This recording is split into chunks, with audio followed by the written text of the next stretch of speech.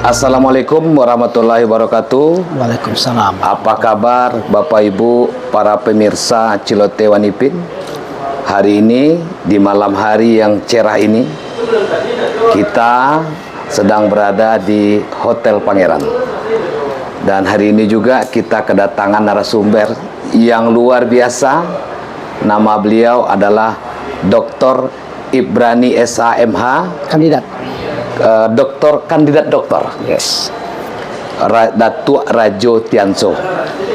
Beliau adalah praktisi hukum yang telah melintang di dunia sebagai seorang pengacara ya Mak ya, lebih kurang 30 tahun. Karir beliau ini lebih banyak di Jakarta. Yes. Dan beliau adalah orang kita.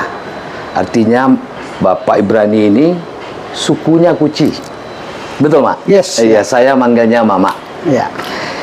Jadi Bapak Ibu semuanya yang para pemirsa Cilote Wanipin, perlu juga Wanipin sampaikan bahwa Bapak Dr. Kandidat Ibrani SHMH ini juga adalah Ketua Bidang Hukum Elkam Provinsi Sumatera Barat. Sampai sekarang masih ya? Masih Mak, ya? sampai sekarang. Kemudian juga Sekjen DPP Kongres Advokat Indonesia. Yes. Kemudian beliau juga pendiri Gerakan Penegak Supremasi Hukum dan Keadilan Indonesia. Yes. Dan juga beliau mantan Ketua Cegah Kejahatan Provinsi Sumatera Barat. Dan terakhir adalah pengacara Gus Dur. Dan terakhir pengacara Gus Dur. Yes. Ya Mak ya? Yes. Ya. Jadi narasumber kita hari ini betul-betul narasumber yang luar biasa, tidak ada duanya. Kalau bahasa Wanipinnya amazing ya Mak ya. Ya. Baik Mak, Mak Ibrani, saya manggil beliau Mama karena suku kita sama. Jadi begini Mak, beberapa waktu yang lalu Mak, Kota Padang itu ada sebuah persoalan yang gimana polisi Sumatera Barat itu sedang dalam posisi bahwa kepercayaan masyarakat dalam mengungkap sebuah kasus dipertanyakan kemarin ini, di mana meninggalnya seorang bocah ya, umur 13 tahun, Afif Maulana. Dan ini sampai sekarang nih masih menjadi sebuah persoalan, dan barangkali kita perlu pandangan Mama selaku praktisi hukum, dari sudut kacamata Mama seperti apa nih persoalan yang terjadi hari ini, yang soal kematian Afif ya, diminta diusut seterang-terangnya. Silakan Mak. Ya, baik, terima kasih. Pertama tentu saya menyampaikan apresiasi kepada Wanipin Channel ya, Iya, Mak. yang terdepan dalam mengabarkan berita-berita dan juga perkembangan daripada negeri ini. Memang media ini sangat diperlukan dalam rangka untuk mencerdaskan dan memberikan pengetahuan kepada masyarakat luas. Baik, pertama terkait dengan apa yang disampaikan oleh Pak Firman Wanipin tadi, dengan meninggalnya seorang bocah yang bernama siapa tadi? Afif Maulana. Afif Maulana. Iya. Kalau tidak salah itu seorang siswa ya. Ya, siswa SMP. Pertama tentu kita menyampaikan prihatin yang sangat dalam. Meninggalnya seorang siswa di negerinya sendiri, di kampungnya sendiri, dalam proses dia melaksanakan proses belajar mengajar ya. Karena apa? Kita harus menanamkan ini, betapa pentingnya kita peduli dengan nyawa manusia. Karena ada pepatah bijak mengatakan, ketika engkau menyelamatkan seorang nyawa manusia, itu artinya kamu menyelamatkan kemanusiaan itu sendiri. Tetapi ketika engkau abai dengan satu nyawa manusia, berarti engkau abai dengan kemanusiaan itu secara keseluruhan. Nah, ini penting ini rasa ini. Sebagai nenek mama tentunya saya ingin rasa ini bukan hanya menjadi rasa bagi pada sosok Ibrani, menjadi rasa bagi sosok Pak Firman Wanipin dan yang lain, tetapi bagaimana ini menjadi rasa bagi masyarakat Sumatera Barat dan juga menjadi rasa bagi seluruh warga negara Indonesia dan malah warga dunia. Kenapa? Rasa masing-masing kita punya hati, punya perasaan, punya akal, tetapi yang namanya rasa itu dia bersifat universal. Nah, meninggalnya seorang Afif Maulana. Afif Maulana ini tentu kita prihatin, dan sebagai wujud prihatin itu marilah kita bersama-sama pada kesempatan ini membaca suratul Al-Fatihah. Iya. Semoga kematian beliau ini bisa terungkap apa yang menjadi penyebabnya, dan supaya tidak terulang lagi. Boleh saya pimpin pembacaan Al-Fatihahnya. Al-Fatihah. A'udzubillahi minasyaitonirrajim. Bismillahirrahmanirrahim. Alhamdulillahirabbil alamin. Arrahmanirrahim. Maliki yaumiddin. Iyyaka na'budu wa iyyaka nasta'in. Ihdinas siratal mustaqim. Amin. Terima kasih. Pertama tentu saya ucapkan duka yang sangat dalam kepada keluarga daripada Afif atas meninggalnya putra beliau ini, dan tentu karena ini sudah merupakan sesuatu hal yang bersifat viral. Saya yakin Kapolda Sumatera Barat juga sedang berusaha keras sekarang ini untuk mengungkap ya apa yang menjadi penyebab, dan membuka secara luas juga ya penyebabnya, dan supaya ini juga tidak terulang lagi. Karena ini kalau saya tidak salah mendengar, ini terkait juga dengan masalah adanya tawuran ya. Iya, Pak. Nah, jadi memang saya dalam kesempatan ini ingin mengingatkan juga bahwa Sumatera Barat ini memang dalam keadaan darurat juga ya, menurut saya darurat kalau memang kejadian seperti ini, karena ini bukan kejadian yang pertama. Dulu kalau saya tidak salah mungkin 5 atau berapa tahun yang lalu itu ada mahasiswa yang terbunuh di Padang ini, mahasiswi yang terbunuh ya, kemudian diperkosa ya kan, dirusak organ tubuhnya ya, dan itu pelakunya sih tertangkap ya, tetapi itu tidak diungkap secara keseluruhan ya. Nah, jadi ini merupakan sesuatu hal yang memprihatinkan kita semua. Apalagi Minangkabau ini terkenal sebagai daerahnya Serambi Mekah lah, Serambi Madinah lah. Nah, tapi kenapa ini terjadi? Nah, jadi terkait dengan itu tentu marilah kita, pertama saya mohon kepada kita semua beristighfar. Sekarang baru Afif yang meninggal. Bagaimana kalau ini terjadi pada anak seorang Kapolda, anak seorang wali kota, anak seorang bupati, anak seorang gubernur? Apakah tetap ini akan bias begitu saja? Nah, jadi dalam hal ini marilah kita mencoba. Ya, saya yakin dan percaya karena ini persoalan sosial, harus kita bersama-sama. Pertama, dalam mengungkap sesuatu itu, kita harus objektif melihat. Kita lihat mati seseorang. Rasa pertama tentu kita dengan rasa kita dulu. Rasa kemanusiaan kita kedepankan. Kenapa sampai ini kejadian? Jangan ada niat kita untuk menutup-nutupin. Ya, kalaupun ada salah sikap, salah tindak, namanya manusia, tetapi ungkap dulu. Apa yang terjadi? Ya, karena namanya sifat manusia bersifat khilaf, bersifat lupa, bersifat berlebihan. Ya, ini sudah sunatullah juga sifat manusia. Tetapi ya, kewajiban kita sebagai orang yang waras, apalagi sebagai aparatur negara, aparatur penegak hukum, untuk berdiri pada yang lurus, berkata kepada yang benar. Kenapa? Aparatur itu digaji oleh negara, digaji oleh rakyat. Kalau rakyat biasa, dia mencangkul dulu, ya, menjaga tanamannya, dengan hasilnya dia makan. Kalau pegawai negeri, termasuk aparatur penegak hukum, termasuk polisi, jaksa, hakim, itu sudah dianggarkan oleh negara. Apa gunanya? Supaya dia fokus melaksanakan tugasnya. Kalau polisi, bagaimana menjaga keamanan? Jaga keamanan dulu, bukan mengantasi dulu, supaya negara ini aman, wilayah itu aman. Makanya ada tindakan persuasif. Nah, kalau sudah terjadi, nah, jadi polisi banyak tugasnya. Dia perlu menyelidiki, membuat terang suatu perbuatan yang disangka. Membuat terang loh. Jadi polisi bukan hakim. Polisi berkewajiban untuk membuat terang sesuatu perbuatan, sesuatu kejadian, peristiwa. Contohlah Afif.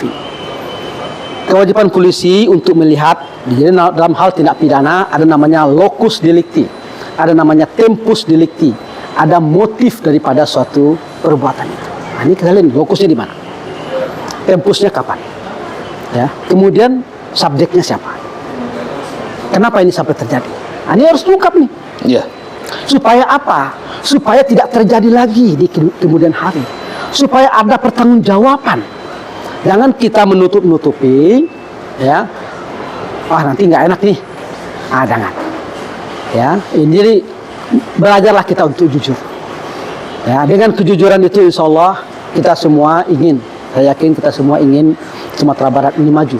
Ya, dan kuncinya itu adalah kejujuran dalam mengungkap. Kejujuran ya, Mak ya. Ya, baik, Mak. Dan juga ini kan bertepatan dengan hari ini, Mak. Yes. 1 Juli 2024 adalah HUT Bayangkara yang ke-78 ini. Ya.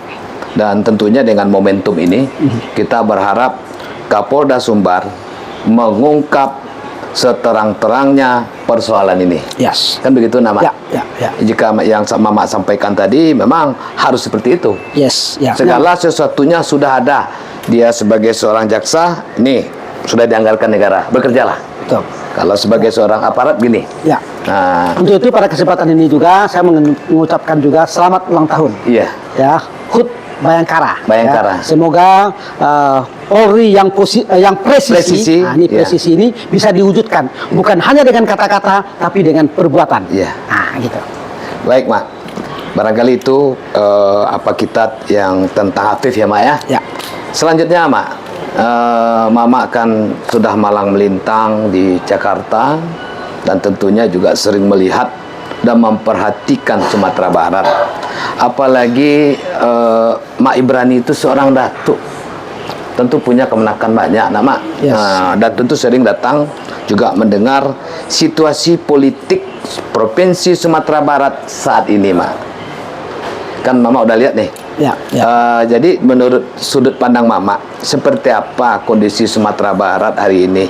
Karena saya mendengar juga bahwa Sumatera Barat dalam kondisi tidak baik-baik saja. Ya. Dan juga ada mengapung sebuah gerakan perubahan untuk Sumatera Barat, Mak. Ya. Karena selain seorang praktisi hukum dan juga berbagai jabatan lain, Mama juga dulunya mantan seorang caleg DPR RI dari Partai Golkar ya, Mak. Ya, betul. Silakan, Mak. Ya. Baik, pertama tentu kita perlu saling mengingatkan bahwa hidup kita ini adalah dalam rangka untuk pengabdian kita, melaksanakan tanggung jawab kita dalam waktu yang dibatasi oleh Allah. Bisa 70 tahun, 80 tahun, 60 tahun itu Allah punya kuasa. Tetapi lahirnya manusia ke dunia ini dalam mengemban amanah. Amanah apa yang diemban? Sebagai khalifah. Khalifah. Khalifah itu melekat kepadanya Asmaul Husna. Sifat Ar-Rahman, Ar-Rahim, sifat Maha Pengasih, Maha Penyayang, sifat adil, ya, sifat untuk menyelamatkan, menjaga. Semua sifat-sifat itu melekat kepada yang sebetulnya itu adalah sifat daripada Allah Subhanahu wa taala. Jadi dibebankan itu kepada kita manusia. Ya, bukan hanya perorangan tapi seluruh manusia. Ya. Nah, untuk itu terkait dengan Sumatera Barat. Sebagai seorang yang lahir di Sumatera Barat, bersuku Guci dan sekarang mendapat amanah sebagai pucuk adat, ya, Mama Nini di suku Guci, Nagari Kota Tangah. Tentu saya ingin mengajak kita semua, karena Indonesia adalah negara hukum, makanya konsistenlah kita dengan sistem yang sudah dicanangkan di dalam baik konsep bernegara maupun undang-undang dasar maupun peraturan perundang-undangan di bawahnya. Apa itu? Negara ini, dikatakan negara itu terdiri daripada beberapa anasir. Ada rakyatnya, ada pemerintahannya, ada rakyatnya. Kemudian dalam sistem pemerintahan itu tadi, dalam sistem bernegara tadi ini diatur supaya apa? Supaya check and balance. Check and balance. Ya, supaya saling menjaga nih. Ya. Makanya ada tiga tonggak dasar di dalam bernegara, yaitu namanya kekuasaan eksekutif yang memerintah, namanya kekuasaan eksekutif. Kemudian ada namanya kekuasaan legislatif yang membentuk undang-undang. Kemudian namanya kekuasaan yudikatif yang meletakkan hukum. Ya. Jadi dalam konstelasi politik ataupun konstelasi kehidupan sehari-hari ini kita tidak terlepas daripada tiga tonggak ini. Kalau di Minangkabau istilahnya tungku tigo sajarangan kali tigo sapilin. Ini juga ada di dalam sistem ketatanegaraan. Nah, terkait dengan apa yang disampaikan oleh Pak Firman tadi, Minangkabau tidak dalam kondisi baik-baik saja. Betul sekali. Malah seorang budayawan itu pernah membuat tulisannya Minangkabau di tepi jurang. Sebetulnya bukan hanya Minangkabau, tetapi Indonesia perlu kita gugah. Apakah kita Indonesia betul-betulkah sebagai negara yang dihadirkan untuk kepentingan rakyat? Karena apa? Saya mau sering kali mengatakan apa perbedaan antara pemerintahan penjajah dengan pemerintahan republik. Kalau pemerintahan penjajah, dia datang dari luar, kemudian dia mengeksploitasi kekuatan sumber daya yang ada di dalam negeri untuk kepentingan dia. Kalau pemerintahan republik, pemerintahan dari rakyat untuk rakyat, itu semua dimusyawarahkan. Nah, jadi dalam sistem ini saya katakan tadi, ini terjadi suatu deviasi, terjadi suatu dekadensi, penurunan nilai juga, terjadi inkonsistensi di dalam kita bernegara. Ya. Apa itu inkonsistensinya? 3 kekuasaan tadi. Mestinya ya, sebagai seorang ahli hukum saya mengatakan bahwa sebagai seorang eksekutif dia tidak boleh membuat hukum. Sebagai legislatif tugasnya membuat hukum. Sebagai yudikatif dia juga tidak boleh membuat hukum. Dia mengadili sesuai hukum yang sudah ada. Tetapi yang terjadi sekarang apa? Eksekutif membuat hukum. Yudikatif juga membuat hukum. Legislatif yang mestinya dia adalah otoritasnya itu adalah membuat hukum, justru dibuat sebagai orang yang tidak berdaya. Kalau kita melihat cabang daripada kekuasaan itu, kekuasaan yudikatif itu semua di situ, jaksa di situ, hakim di situ, pengacara di situ. Jadi polisi itu tidak dalam garis eksekutif untuk diketahui, tetapi sekarang beliau di dalam garis komando eksekutif. Nah, bagaimana menerapkan secara murni dan konsekuen? Nah, ini kajian daripada para ahli tata negara ini. Nah, terus terkait dengan sistem pemilu, ya, baru saja kita selesai melaksanakan pemilu serentak eksekutif, yudikatif, presiden. Nah, khusus untuk Sumatera Barat sekarang akan memilih lagi DPD tanggal 13 ini. Nah, anggaran yang dikeluarkan untuk itu, kalau saya tidak salah dengar daripada membaca media itu, tidak kurang daripada 250 miliar. 225 miliar. 225 miliar. Itu jumlah angka yang tidak sedikit itu, Pak. Tidak sedikit. Nah, ini kenapa? Nah, tentu saya akan berbicara secara objektif. Pertama, dari sisi Pak Irman Gusman sebagai orang yang kepentingannya merasa tidak terakomodir di dalam pemilu yang sebelumnya, sehingga dia menggunakan haknya, dia menuntut ke Pengadilan Tata Usaha Negara dan menang. Kemudian dia menuntut kepada Mahkamah Konstitusi dan menang. Sehingga Mahkamah Konstitusi memerintahkan untuk melaksanakan PSU itu. Secara prosedural hukum itu sudah pada tempatnya. Haknya. Tidak ada yang salah secara hukum di situ. Tetapi yang perlu kita pertanyakan adalah secara rasa. Nah, jadi apakah ini, kalau saya sebagai Pak Irman Gusman, ketika hak-hak saya dilanggar, tidak diakomodir, tentu saya akan perjuangkan juga. supaya itu saya dapatkan. Ya. Tetapi begitu itu sudah didapatkan secara hukum, artinya pengadilan tun sudah memenangkan saya, Mahkamah Konstitusi juga sudah memenangkan saya sebagai Pak Irman Gusman, saya akan mengatakan terima kasih Mahkamah Konstitusi. Tetapi saya dengan ini saya sudah mendapatkan hak saya. Tetapi saya mundur. Saya tidak maju. Supaya apa? Sudah tidak perlu terjadi PSU. Ya. Saya mengikhlaskan apa yang sudah terjadi. Nah, kalau saya, jadi kenapa? Loh, kalau gitu buat apa kita perjuangkan? Kan begitu. Betul, Pak. Buat apa diperjuangkan? Inilah yang dikatakan nilai. Saya yakin Pak Irman Gusman adalah seorang negarawan. Beliau sudah mencapai jabatan tertinggi, ketua DPD RI. DPD RI.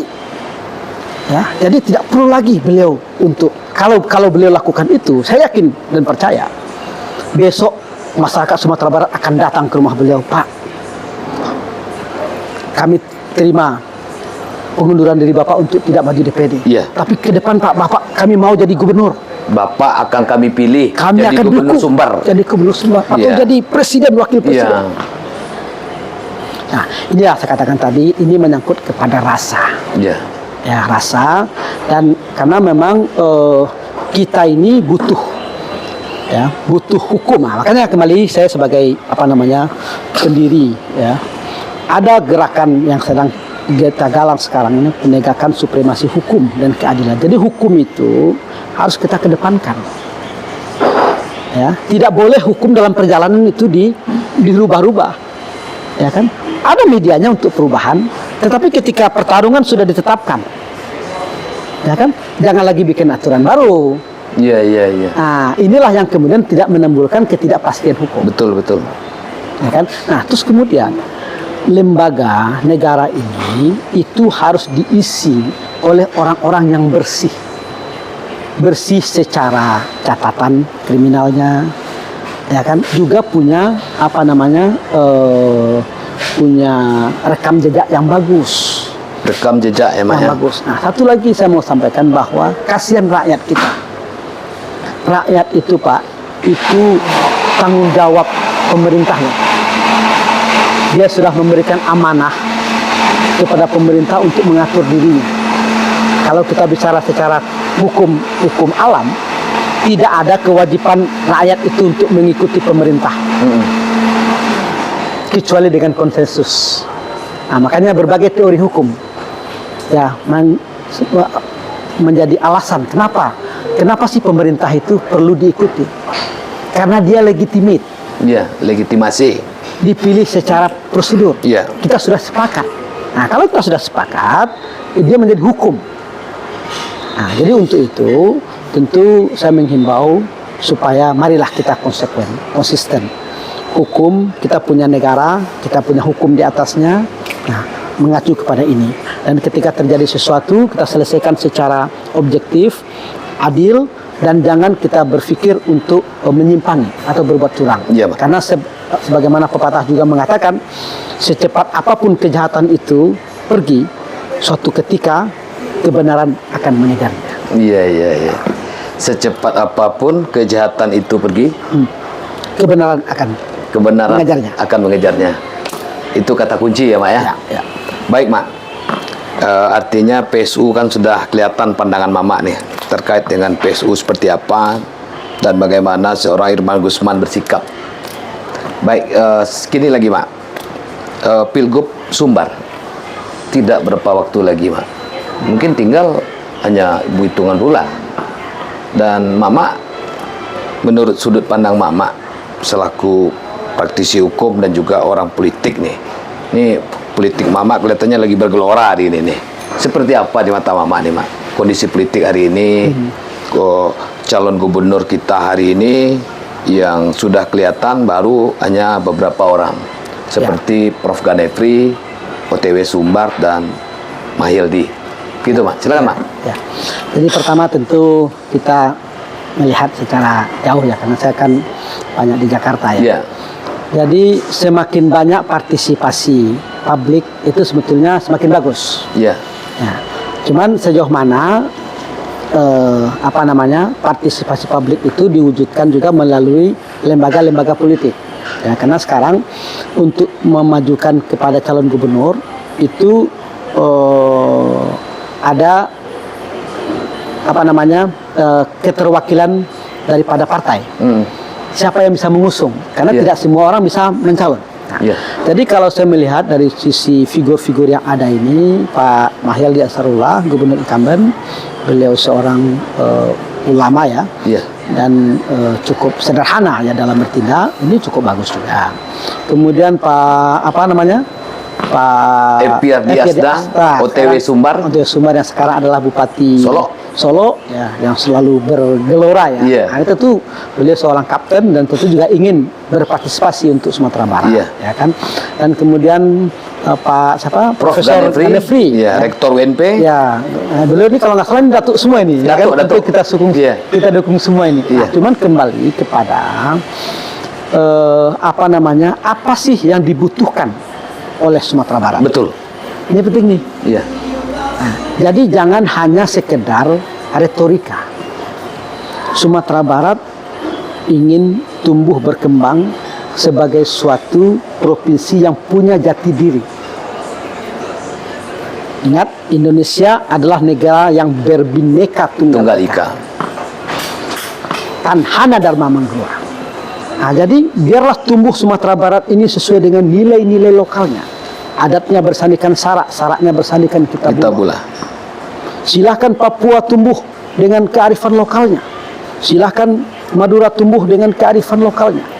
Nah, ini dalam konstelasi ini saya mengingatkan kembali, karena kita adalah orang Sumatera Barat. Ada pepatah mengatakan, tuah sakato, cilako basilang. Nah, mari kita budayakan sikap kita untuk saling bermusyawarah, untuk saling mengukur diri, ya, untuk saling berembuk. Karena itu yang diperintahkan dalam Al-Quran. Ketika terjadi sesuatu pada dirimu, maka berkumpullah kamu dan selesaikanlah secara musyawarah. Ini tidak mudah untuk mewujudkan itu. Kenapa? Ego. Nah, jadi Imam Al-Ghazali sebagai seorang yang kita kenal sebagai yang mampu menafsirkan hujah Islamnya dalam kehidupan sehari-hari, itu mengingatkan agar kita itu berpegang kepada apa? Berpegang kepada tali yang lurus. Tali yang lurus itu yang mana? Nah, ini ada di dalam hati kita. Jadi kita punya hati, kita punya otak, kita punya nafsu, ya, kita punya anggota tubuh. Imam Al-Ghazali mengingatkan kita supaya kita bergerak lurus itu kita harus saling mengukur, menguji. Kalau dalam istilah akademik itu ada batu ujinya. Ada batu ujinya. Nah, batu ujinya itu, ya, kalau Al-Quran itu adalah kitab yang tertulis, ayat-ayat Allah yang tertulis. Tapi ayat-ayat Allah juga ada di alam ini, juga ada pada diri manusia itu sendiri. Tanda-tanda daripada ayat-ayat Allah itu. Nah, bagaimana kita mewujudkan ini? Karena kita ingin baik, semua orang ingin baik, ingin damai, ingin maju, ingin sejahtera. Tidak ada yang ingin bodoh, tidak ada yang ingin miskin. Nah, oleh karena itu berkaitan dengan konstelasi Pilkada Sumatera Barat ini, saya menghimbau kepada semua, marilah kita turunkan ego kita, kita kedepankan visi kita, dan kita bagaimanapun juga kita adalah satu kesatuan sebagai suatu bangsa Indonesia dan juga mungkin warga Sumatera Barat. Ya, jadi tidak ada kusut yang tidak bisa kita selesaikan, tidak ada keruh yang tidak bisa kita jernihkan. Demikian. Ya, Mak. Makasih, Mak. Bagaimana menurut Mama sosok gubernur yang dibutuhkan Sumatera Barat itu seperti apa menurut Mama nih? Kan Sumatera Barat selama ini sudah banyak gubernur yang memimpin, tapi kita masih tetap dalam posisi berdasarkan informasi yang saya dapatkan, Sumatera Barat jauh tertinggal katanya, Mak, dengan daerah-daerah yang berkembang lainnya. Kira-kira figur gubernurnya itu seperti apa menurut pandangan Mak? Kita nggak sebut nama orangnya nih, Mak. menurut kacamata Mama ini, mungkin barangkali ini para pemirsa Ciletewan Ipin kan perlu juga nih pandangan dan arahan Mama ini nih. Silakan Maib, Ya. Maib Rani. Pertama tentu Ya. yang namanya pemimpin Ya, itu dia harus kuat. Kuat keimanannya, kuat mentalnya, kuat visinya. Nah, visi yang dibutuhkan masyarakat Sumatera Barat ini tentu kembali kepada karakter tadi. ya, Yang diinginkan oleh Sumatera Barat adalah kemajuan yang berkesinambungan, karena Sumatera Barat ini sebagian besar daerahnya itu adalah ulayat masyarakat adat. ya, Jadi pemimpin yang akan datang itu harus bisa menjamin, mewujudkan bahwa Indonesia, Sumatera Barat ini bisa maju dengan tanpa harus menggerogoti ataupun memarginalkan hak-hak masyarakat adat tadi. Karena manusia itu yang dibangun itu jiwanya, yang dibangun itu visinya. visinya. Sementara alam ini kan sudah diciptakan Allah ini. Nah, bagaimana ini berkembang? Kita punya batu bara juga, Iya. kita punya emas juga, kita punya sumber energi juga di panas bumi dan segala macam. Kita juga punya kekayaan laut, kita punya kekayaan hutan dan segala Iya. macam. Jadi mestinya kalau secara kekuatan ekonomi kita juga punya masyarakat kita yang rajin, petani-petani kita yang rajin. Ini potensi kita sebetulnya untuk membangun Sumatera Barat ini menuju kota yang bertaraf dunia. Iya, iya. Nah, jadi tentu gubernur kita ini juga standarnya itu memang harus tinggi. Tinggi. Ya, jadi jangan karena hanya ambisi, tapi karena memang dia punya kapasitas. Iya, iya. Ya kan, punya kemampuan manajerial, punya kemampuan memimpin dan istiqomah. Iya. Nah, di dalam sikap, inilah yang akan kita pilih. Iya, iya. Demikian. Berarti standarnya seperti itu ya, Mak Ya, ya? ya. Karena yang akan dipimpin ini Sumatera Barat untuk bisa menggapai apa yang menjadi sama lah kita dengan negara lain sudah berkembang lainnya, ya, Mak? Ya, betul Ya. sekali. Betul sekali. Jadi, Mak, perlu juga mungkin kita tanya nih, Mak. Waktu sebelum Mama nih, mungkin para pemirsa Ciletewan Ipin kan pengen tahu juga tentang mengenal lebih dekat sosok seorang Ibrani SHMH ini, Ya, kandidat dokter. Yes. Datuk Rajo Tianso. Ya, ya, terima kasih. Ingin mengenal lebih dekat nih, Mak. Mama ini kampungnya di mana, Ya, kan ya. begitu. Ya, tuh. ya, ya. Masa-masa kecil Mama seperti Ya, apa, ya, ya. dan juga masalah praktisi hukum, kasus-kasus besar apa saja yang pernah Mama selesaikan. Terakhir Mama pengacaranya Gus Dur, ya kan? Silakan, Mak. Ya, baik, terima kasih. Jadi saya Ibrani Datuk Rajo Tianso, lahir di Lubuk Menturun, Koto Tangah. Kota Padang. Tangah. Ya, jadi saya bersyukur karena saya lahir di Minang, Kabau. Saya sempat tidur di surau. Waktu kecil-kecil saya mengalami itu namanya tidur di surau. Iya, iya, iya. Ya, tetapi tahun 83 kemudian saya merantau ke Jakarta. 83 merantau Ke Jakarta. Sesuai dengan pepatahnya, Iya. karatau madang di hulu, babuah babu ngobalun. Iya. Karantaulah bujang dahulu di Kampung Paguno. Paguno Balut. Nah, jadi saya merantau ketika saya masih SMP. Kemudian saya menyelesaikan SMP di Jakarta, kemudian SMA di Jakarta, sampai kuliah di Jakarta. Kemudian jadi pengacara. Baik, pengacara tahun berapa tuh, Mak? Pengacara tahun 93. 93. 93 saya sudah menjadi pengacara praktek di Pengadilan Negeri Jakarta Timur.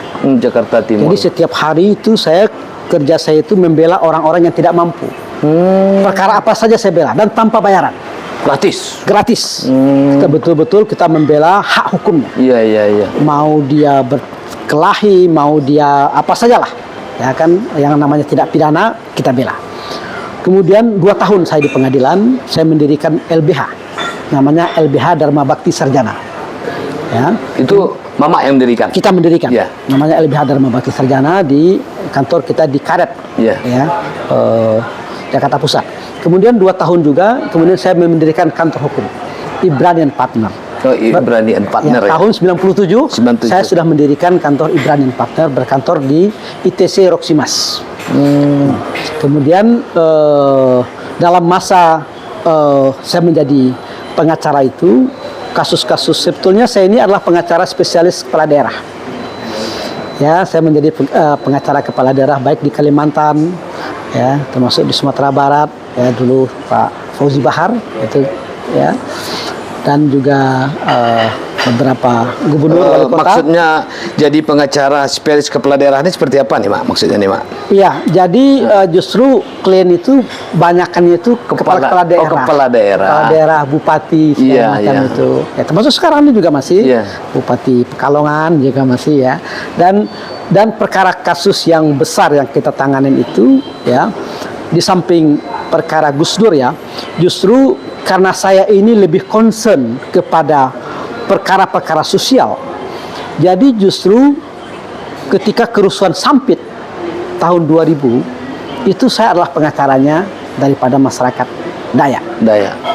Ketika mereka itu ditangkap 186 orang, ya, dan saya hampir 6 bulan di sana dalam rangka membela, dan saya menyaksikan bagaimana kepala-kepala itu masih banyak yang bergeletakan di hutan-hutan. Jadi itu memang merupakan sesuatu hal yang memprihatinkan kita. Nah, tetapi itu semua menjadi pelajaran. Bukan hanya di situ.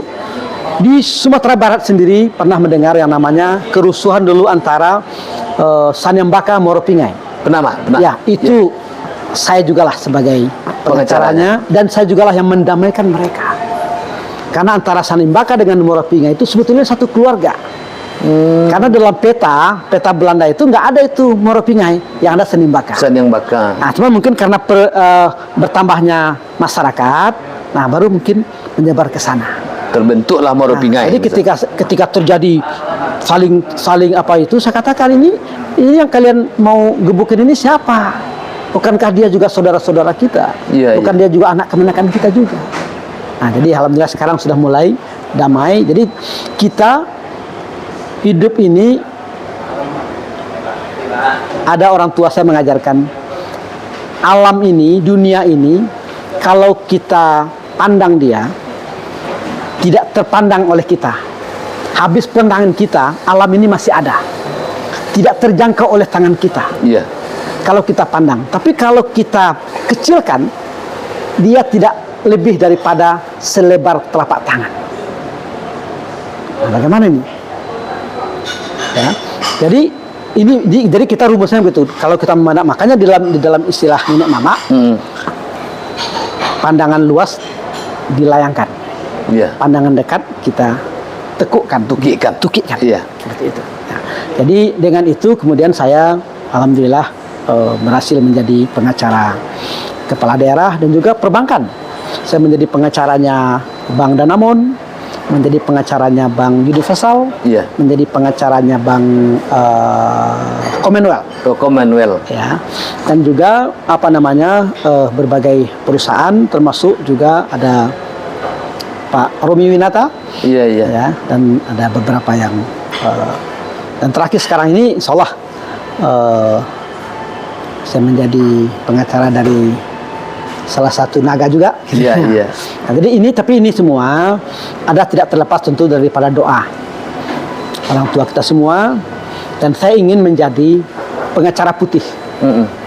Saya ingin membuktikan bahwa dengan kita bicara kebenaran, dengan kejujuran, itu kita juga bisa sukses. Ya, tidak harus menjadi hitam. Jadi, mohon doanya semua supaya Ibrani Datuk Raja Tianso bisa mewujudkan itu. Makasih. Baik, Mak. Terima kasih, Mak. Bincang-bincang hari ini, malam hari ini luar biasa. Kita akan doakan Mama Ambo Datuk Ibrani SHMH menjadi pengacara putih. Amin. Tidak hitam, tidak abu-abu. Insyaallah. Ya, Mak, ya? Ya, insyaallah. Dan kita doakan Mama sukses selalu. Amin.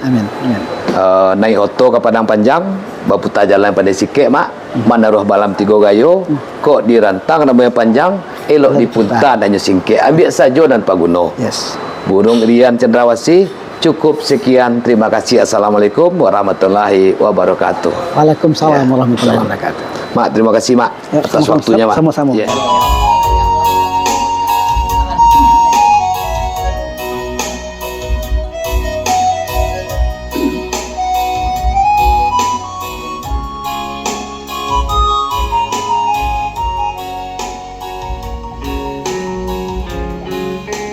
Banang banan cinta kandung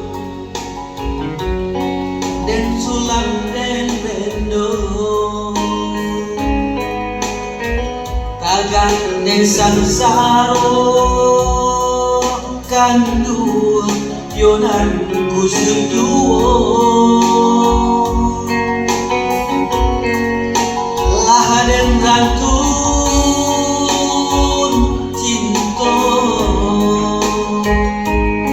taga ade sayang tasantun ju yonan bilalayo nyalo juo cinta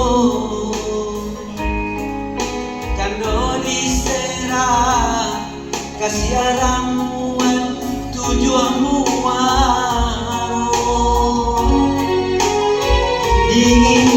dingin hari labia dingin hati larui malam hari labia